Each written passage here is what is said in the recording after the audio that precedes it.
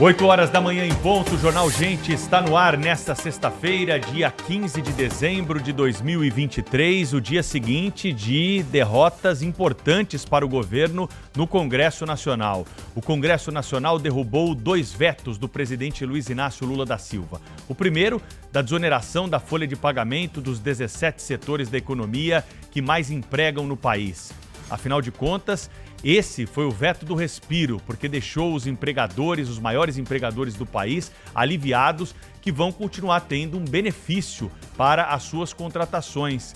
Vão pagar um imposto menor sobre a sua folha de pagamento em relação àquilo que poderia acontecer caso prevalecesse o veto do presidente Lula a respeito desse assunto. Desde o governo Dilma Rousseff, desde 2011, nós temos essa política empregada que tem ajudado bastante as empresas à preservação dos seus empregos, inclusive em momentos de mais dificuldade da nossa economia.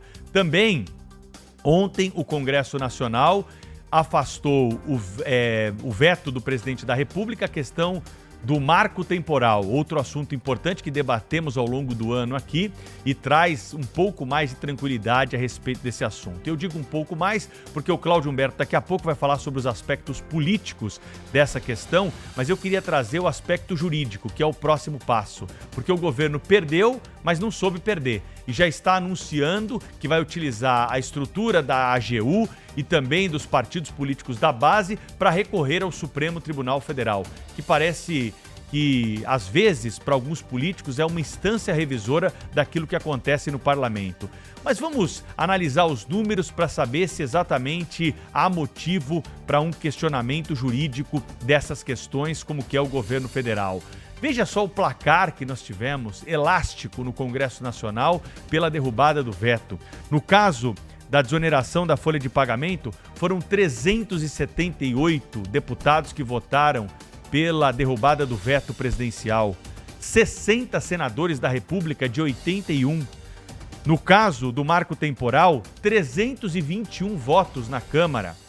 No Senado Federal, 53 votos. São números superlativos que mostram que a maioria dos representantes do povo decidiu dessa forma. Por que o governo vai querer insistir nessa questão e apresentar ao Supremo Tribunal Federal algum tipo de revisão daquilo que veio da Casa do Povo, daquilo que veio da Câmara e do Senado Federal, respeitando todos os ritos em negociação política e tudo mais? É assim que é feita a política. Agora é preciso saber perder. Se não se sabe perder e quer buscar o artifício da judicialização, você só gera um sentimento a mais na nossa sociedade, que é a insegurança jurídica.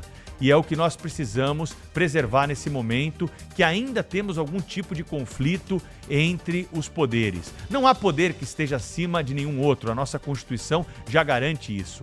Os poderes, eles devem ser harmônicos entre si e está faltando muita harmonia. O Supremo Tribunal Federal deveria entender que esta é uma questão já superada. A inconstitucionalidade da desoneração da folha de pagamento seria um tapa na cara do próprio Supremo se fosse declarada agora. Afinal de contas, está vigente desde 2011 e o Supremo não olhou isso, ninguém olhou isso até agora. Vai olhar por quê? Porque é interesse do governo arrecadar 10 bilhões a mais para fechar aí as suas contas. Enquanto isso, o governo fala em mais gastos.